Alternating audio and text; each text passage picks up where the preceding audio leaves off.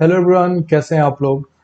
I hope इससे पहले वाला वीडियो आप लोगों ने देखा होगा जिसमें हमने direct and inverse proportion start किया था। ठीक है, तो मैंने आपको ये बता दिया था कि इस चैप्टर में हम क्या क्या पढ़ेंगे और डायरेक्ट और इनवर्स प्रोपोर्शन का मतलब क्या होता है।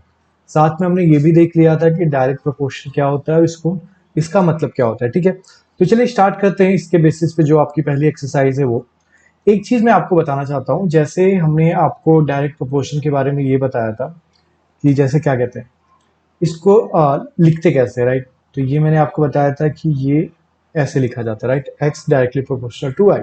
ये जो सिंबल है मैंने बताया था ये डायरेक्टली प्रोपोर्शनल का सिंबल नहीं है। ये पता कैसे चल रहा है ये डायरेक्ट प्रोपोर्शनल है, क्योंकि आप देखो तो दोनों चीजें ऊपर की तरफ लिखी हुई है, एक्स और वाई, राइट। क्योंकि कुछ नहीं होता है तो नीचे वन होता है, तो मतलब दोनों के दोनों आपके क्या है, न्यूमरेटर में लिखे गए हैं। इस वजह से कहा जाता है कि ये डायरेक्टली प्रोपोर्शनल। ठीक है, अब मैंने बताया था कि इस साइन से तो हमारा कोई काम हो नहीं सकता, क्योंकि हमारा काम कैसे होगा, या तो इक्वल साइन वगैरह रहती है तो हम लेफ्ट राइट करके सॉल्व कर लेते हैं। अब इस साइन का तो कोई मतलब नहीं होता, तो इस साइन को क्या किया जाता है, हटाया जाता है, तो कांस्टेंट आ जाता है। तो डायरेक्ट प्रोपोर्शन के केस में ये आपकी इक्वेशन बनती है। आप कहोगे सर ये क्या है, ठीक है, तो इसको ध्यान से समझते हैं। मैंने आपको तब भी समझाया था, मैं एक बार थोड़ा और अच्छे से इसको बताना चाहता हूँ, क्योंकि इसी के बेसिस पे हम लोग क्वेश्चंस लगाएंगे। ठीक है, सॉरी। तो देखो, जैसे ये एक प्रोपोर्शन था, मान लो रेशियो था 1/2। ठीक है, ये भी एक रेशियो है 2/4। ये भी एक रेशियो है आपका, क्या कहते हैं, मान लो 3/6। ठीक है, ये तीन रेशियो आपके हैं। ठीक है, आपको देखने में ये लग रहा होगा, इतना तुमने अब पढ़ लिया है, कि ये सारे के सारे एक ही रेशियो है, राइट। क्यों? आप इसको रिड्यूस करोगे तो ये भी 1/2 बन जाएगा, इसको रिड्यूस करोगे तो ये भी 1/2 बन जाएगा।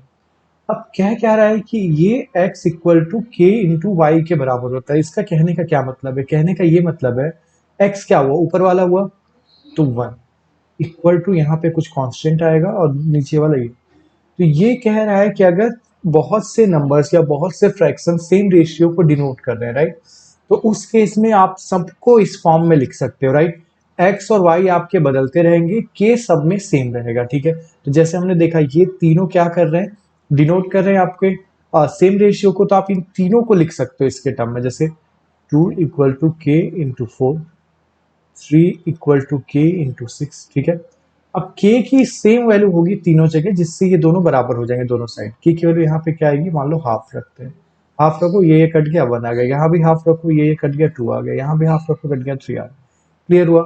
तो इसका मतलब क्या हुआ आपका कि x इक्वल टू के बाई वाई हम लिख सकते, के इंटू वाई लिख सकते हैं, या इसी को और चेंज करो तो x by Y equal to K हो सकता है। ये क्लियर हो रहा है? ठीक है, अब ध्यान समझो इसका मतलब क्या हुआ। ठीक है, इसका मतलब ये हुआ, अब जैसे मैंने आपको बताया कि जो k है वो अगर सारे फ्रैक्शन सेम रेशियो को डिनोट कर रहे हैं तो k की वैल्यू सबके लिए क्या होगी, सेम ही होगी। ठीक है, तो अगर k की वैल्यू सबके लिए सेम है तो मतलब ये एक फ्रैक्शन आपका है, ये ऐसे ही आपका दूसरा फ्रैक्शन होगा, ऐसे ही आपका तीसरा फ्रैक्शन होगा, उन सबके लिए k तो सेम होगा, राइट। तो अगर सारी चीजें k के ही बराबर है तो मतलब वो सारी चीजें आपस में भी बराबर होंगी। तो मतलब अगर पहले वाले का फ्रैक्शन मान ले x1 y1, दूसरे वाले का x2 y2 हो गया, तीसरे वाले का x3 y3 हो गया, इट मीन्स ये सब आपस में क्या होंगे, बराबर होंगे, राइट। तो ये मैंने आपको उस दिन डायरेक्ट प्रोपोर्शन के केस में बताया भी था कि ये फॉर्मूला होता है, राइट। दोनों का x वाला ऊपर, दोनों का y वाला नीचे, और उन दोनों को आप इक्वेट कर सकते हो। बट ये आया कैसे, वो यहाँ से आ रहा है। ठीक है, आई होप आपको क्लियर हुआ होगा। तो आपको याद रखना है कि डायरेक्ट प्रोपोर्शन में x/y1 इक्वल टू x2/y2 होता है। ठीक है, मतलब अगर दो फ्रैक्शन एक प्रोपोर्शन में है तो इसके जो रेशियो है वो दूसरे के रेशियो के बराबर होगा। ठीक है, यहाँ तक आई होप आपको क्लियर हुआ होगा। ठीक है, तो चलिए स्टार्ट करते हैं। पहला क्वेश्चन क्या कह रहा है, following are the car parking charges near railway station up to ये। जैसे आप लोग मॉल वगैरह में या कहीं पे भी जाते होंगे तो वहां पे आपने देखा होगा, पहले तो पार्किंग के रेट अलग अलग होते हैं, कार के लिए अलग होता है, टू व्हीलर के लिए अलग होता है, राइट। उसके साथ साथ जैसे बहुत सी ऐसी जगह भी होती है जहाँ पे लोग क्या करते हैं, बहुत देर तक रुके रहते हैं। जैसे फॉर एग्जाम्पल आप एयरपोर्ट वगैरह जाओगे या रेलवे स्टेशन वगैरह जाओगे तो वहां पे बहुत लोग क्या करते हैं, मान लो आप किसी को ड्रॉप करने गए हो तो उस केस में आप आधे घंटे 1 घंटे के लिए जाओगे। कभी कभी कुछ लोग क्या करते हैं, वो लोग डेली अप डाउन करते हैं, तो वो लोग क्या करते हैं, मान लो सुबह गए तो वो अपनी गाड़ी को वहीं पार्क करके जाते हैं, वो शाम को आते हैं, राइट। तो रेलवे क्या करता है, इन सबसे अलग अलग पार्किंग चार्जेस लेता है, सबसे एक ही नहीं लेता है, राइट। तो ऐसे ही अलग अलग रेट होते हैं कि 4 घंटे कितने, 8 घंटे कितने, आप उस अकॉर्डिंग दोगे। ठीक है, तो यही आपको दिया हुआ है कि एक रेलवे स्टेशन है जहां पे कार पार्किंग के चार्जेस दिए गए हैं। ठीक है, तो 4 घंटे का 60 रुपीज दिया गया है, 1 घंटे का 100 रुपीज दिया गया है, 12 घंटे का 140 दिया है और 24 घंटे का 180 दिया है, ठीक है। तो आपसे पूछ क्या रहा है कि चेक करके ये बताइए कि क्या ये सारे डायरेक्टली प्रोपोर्शनल है कि नहीं, ठीक है। तो अगर डायरेक्टली प्रोपोर्शनल का मतलब क्या हुआ कि इन सबका रेशियो क्या होना चाहिए, सेम होना चाहिए, राइट। मतलब इसको अगर नॉर्मल लैंग्वेज में समझे तो मगर अगर आपसे बोल रहा है कि 4 घंटे का 100 रुपए, तो इट मीन्स 8 घंटे का क्या होना चाहिए, 200 होना चाहिए, क्योंकि आपने इसको डबल किया तो चार्जेस भी डबल हो गए। तो और इसी को मैथमेटिकल टर्म में कहें तो अगर सबका रेशियो सेम आ रहा है, इट मीन्स सारे के सारे क्या है, डायरेक्टली प्रोपोर्शनल में, ठीक है। तो चलिए हम निकालते हैं। तो पहले क्या दिया हुआ है, 4 घंटे का आपको 60 आवर्स दिया, सॉरी 60 रुपीज दिया, ठीक है। तो इसका रेशियो क्या, रेशियो मतलब क्या बता रहे, सिंपल से डिवाइड कर दो। तो डिवाइड कर दोगे तो ये आपका कट जाएगा, क्या आ गया, 1:15, ठीक है। तो पहले का रेशियो आपका क्या आ गया, 1:15। दूसरे का करते हैं, दूसरे का क्या दिया, 8/100। इसका रेशियो लो तो क्या आएगा, 4 से जाएगा 2 टाइम में, 4 जाएगा 25 टाइम में, ठीक है। आप सारे भी निकाल लो, बट अगर आपको यहीं पे दो दिख गए कि ये सब अलग अलग आ गए, मीन्स ये लोग डायरेक्टली प्रोपोर्शनल नहीं है, क्योंकि डायरेक्टली प्रोपोर्शनल का मतलब मैंने ये भी बताया था आपको कि जैसे एक बढ़े तो दूसरा बढ़े, एक घटे तो दूसरा घटे, राइट। बट ये भी हमने देखा था कि जितने टाइम्स पहला वाला बढ़ रहा है उतने ही टाइम दूसरा वाला बढ़ना चाहिए, ठीक है। तो यहाँ पे देखो ये तो 2 टाइम्स बढ़ा, तो ये 1 से 2 हो गया, बट ये 15 से 30 नहीं हुआ, ये 25 ही हो गया, ठीक है। तो इट मीन्स ये चीजें आपके डायरेक्टली प्रोपोर्शनल नहीं है। आप चाहो तो दो से भी आपको पता चल गया, बट आप चाहो तो बाकी का भी देख लो। जैसे फॉर एग्जाम्पल आपके पास 4 स्टूडेंट आए, तो कोई आपसे ये पूछे कि क्या ये सारे बच्चे एक ही क्लास के हैं, तो आप दो लोगों से पूछे, दोनों ने बताया एक फोर्थ का एक फिफ्थ का, तो आपको तो यही पता चल गया वो सारे अलग अलग क्लास के हैं। बाकी दोनों किसी के भी क्लास के हों, बट आप ये तो कह सकते हो ना कि ये एक क्लास के रहेंगे। सिमिलरली यहाँ पे अगर आपको दो से ही पता चल गया कि इनका रेशियो अलग है, तो इट मीन्स ये लोग डायरेक्टली प्रोपोर्शनल नहीं है, आपको बाकी दोनों निकालने की जरूरत नहीं है। बट अगेन आप चाहो तो निकाल सकते हो। तो हम मान लो इसको निकाल लेते हैं, तो ये 12/140 हो गया, तो ये आपका 4 से गया 3 बार में, ये आपका 35 टाइम है, ठीक है। देखो ये तीसरा कुछ और ही आ गया। नेक्स्ट आपका क्या है, 24/180 है, ये देखो ये 6 से गया 4 टाइम में, 6 से गया आपका कितना 30 टाइम में, ये गया 2/50। तो चारों ही आपके अलग अलग आ गए, मीन्स ये डायरेक्टली प्रोपोर्शनल नहीं है, ठीक है। तो आपको आंसर ये लिखना पड़ेगा, hence they are not in direct proportion, ठीक है। चलिए चलते हैं नेक्स्ट क्वेश्चन पे।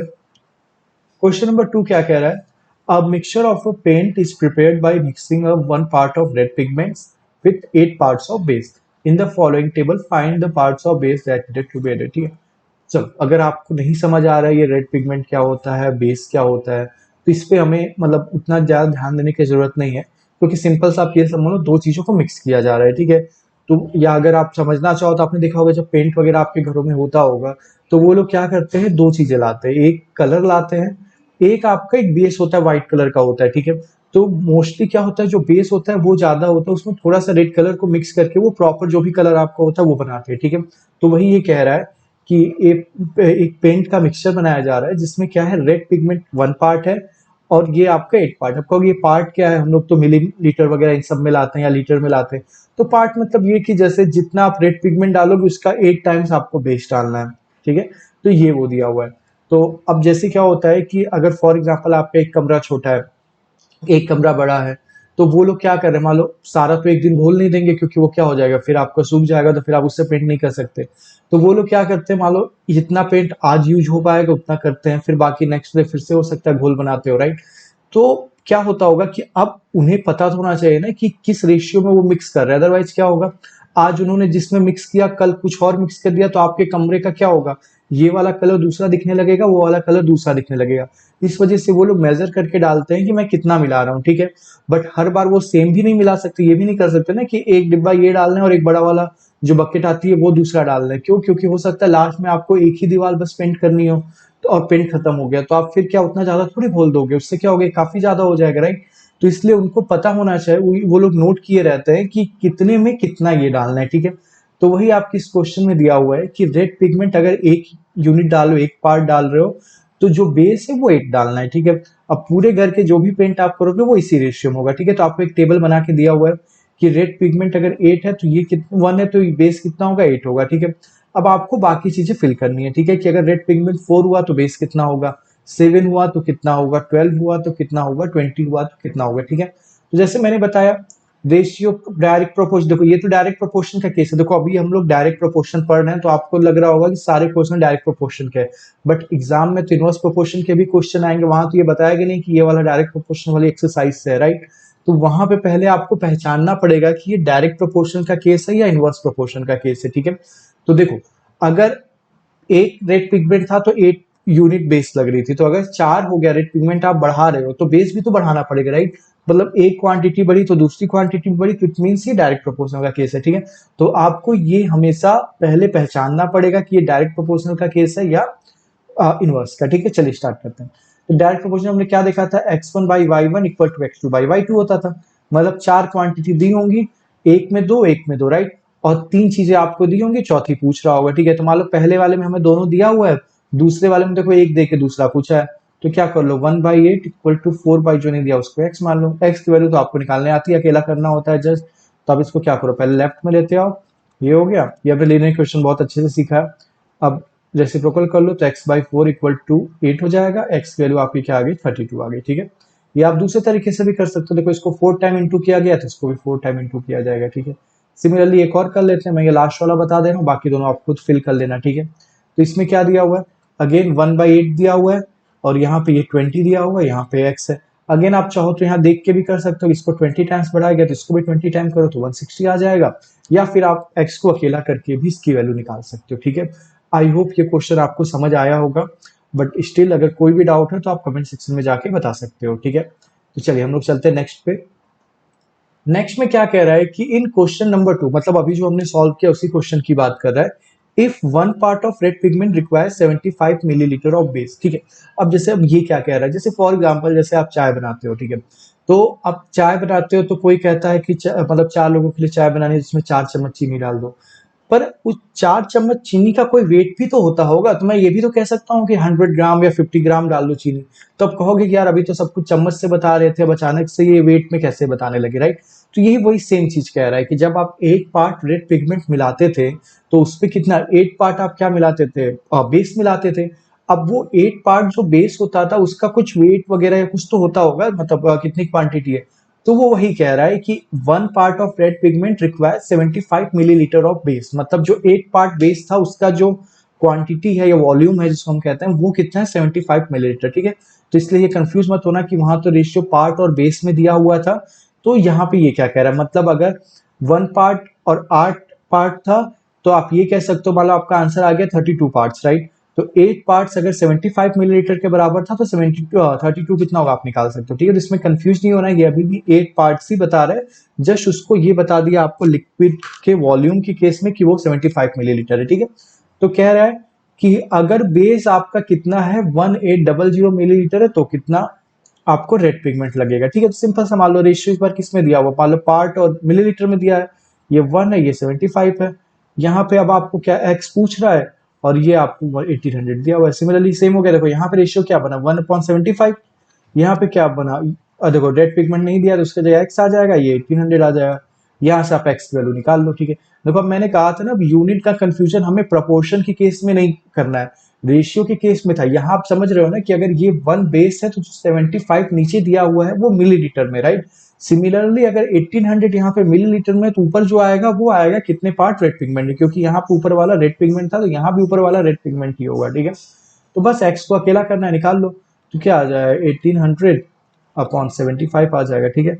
इसको आप डिवाइड करो क्या होगा, किससे जाएगा, देखो मान लो आपको 5 से जाता हुआ दिख रहा है तो आप 5 से भी कट कर लो, तो 5 से आपका 15 टाइम्स में गया, 5 से गया कितनी बार में, 3 बार में 15, और ये 3 इसको दे दिया 360 टाइम्स में। अभी भी आपका ये 5 से जाता हुआ दिख रहा होगा, 5 से गया 3 टाइम्स में, 5 से गया आपका कितनी बार में 7 बार में, ये आ गया 72 टाइम में, ठीक है। अब 3 से जाता हुआ दिख रहा होगा, 3 से गया एक बार में और ये 24 बार में, ठीक है। तो कितने यूनिट आप कितने पार्ट्स लग जाएंगे आपके 24 पार्ट्स, ठीक है। आई होप ये क्वेश्चन आपको समझ आया होगा, ठीक है। तो चलिए नेक्स्ट क्वेश्चन में चलते हैं। तो क्वेश्चन नंबर 4 ये कह रहा है कि a machine in a soft drink factory fills 840 bottles in 6 hours, ठीक है। मतलब एक होता होगा ना, जैसे आप लोग देखोगे बहुत से वीडियोस वगैरह आते रहते थे कि जो सॉफ्ट ड्रिंक वगैरह कैसे बनती है, तो उसमें बहुत सारी बॉटल्स रहती हैं उसको फिल करते रहते हैं, ठीक है। तो वही वो कह रहा है कि 6 घंटे में वो लोग क्या करते हैं 840 बॉटल्स को फिल कर देते हैं, ठीक है। तो अब पूछ रहा है कि बताओ भाई 5 घंटे में कितने फिल होगा, राइट। तो बेसिक क्वेश्चन है, राइट। यहाँ पे रेशियो किसका दिया हुआ है, बॉटल्स का और टाइम का। तो 840 अपॉन क्या है 6, ये आवर्स टाइम में है।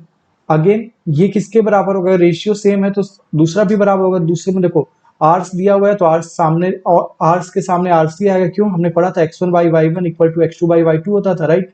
तो x के सामने x, y के सामने y। तो सिमिलरली बॉटल्स के सामने बॉटल, आर्स के सामने आर्स, तो आर्स हमने लिख दिया, बॉटल नहीं दिया तो x हो गया। x की वैल्यू यहाँ हम निकाल लेंगे, कैसे आएगा वो आप अकेला करना जानते हो। तो 840 इंटू 5 अपॉन 6 हो जाएगा, ठीक है। अब यहाँ से आप x की वैल्यू निकाल लो, क्या आएगा। देखो ये कितनी बार में गया, इससे एक बार में गया, ये इसको दो बच गया, ये गया 4 टाइम्स में, ये हो गया। तो क्या हो गया 140 इंटू 5। अब इसको मल्टीप्लाई करो तो आ जाएगा 700। आंसर 700 मत लिख के आना, क्योंकि जब भी वर्ड्स प्रॉब्लम आती है तो उसमें जो पूछा गया रहता है वही हम आंसर लिखते हैं, ठीक है। आपने x निकाल तो लिया 700, बट x नहीं पूछा गया था, आपसे पूछा गया था कितनी बॉटल्स फिल होंगी, राइट। तो आप लिखोगे hence 700 bottles will be filled in 5 hours, ठीक है। आई होप ये क्वेश्चन आपको क्लियर हुआ होगा, ठीक है। तो चलिए चलते हैं नेक्स्ट क्वेश्चन पे। कह रहा है a photograph of a bacteria enlarged 50,000 times attains a length of 5 centimetre, ठीक है। As shown in diagram, diagram में हमने नहीं दिखाया, ठीक है।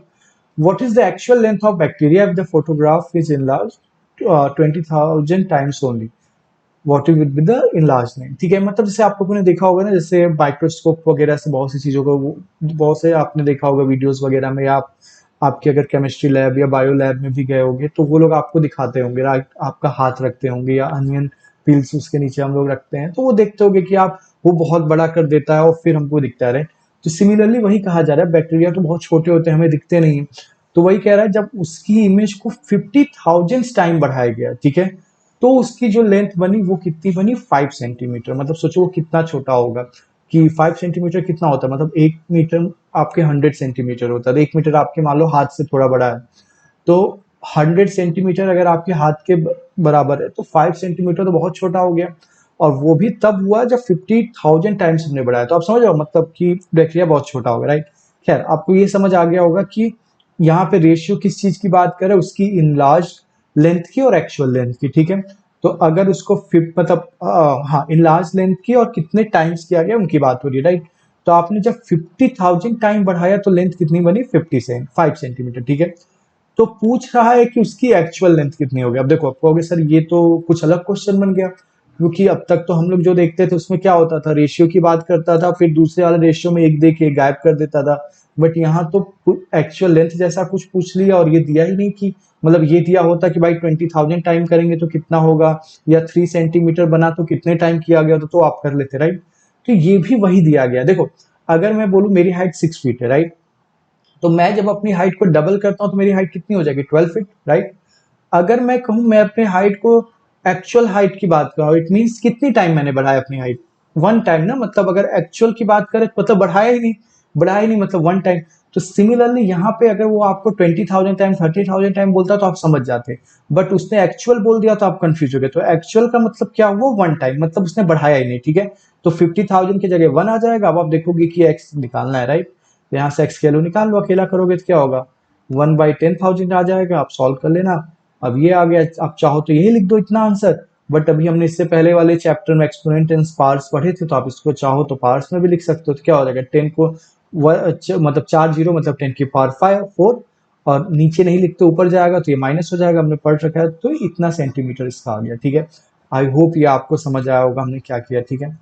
नेक्स्ट बोल रहा है कि इसी का एक और पार्ट है कि अब बताओ अगर 20,000 टाइम किया गया तो कितना होगा। तो अभी भी वही देखो 50 था ये आपका, तो ये 5 था, ये आपका 20,000 हो गया तो ये x हो गया। यहाँ से x की वैल्यू आप निकाल लो, क्या आएगा 20,000 इंटू 5 अपॉन 50,000 हो जाएगा। ये कट गया आपका, ये कट गया, 10/5 2 आ गया, क्लियर। तो 2 सेंटीमीटर हो गया, ठीक है। तो आई होप ये क्वेश्चन आपको समझ आया होगा, ठीक है। तो इस पार्ट में इतना ही। इस एक्सरसाइज के बचे हुए 5 क्वेश्चन हम लोग अगले पार्ट में करेंगे, ठीक है। तो अभी के लिए इतना ही, मिलते हैं नेक्स्ट वीडियो में। Thank you.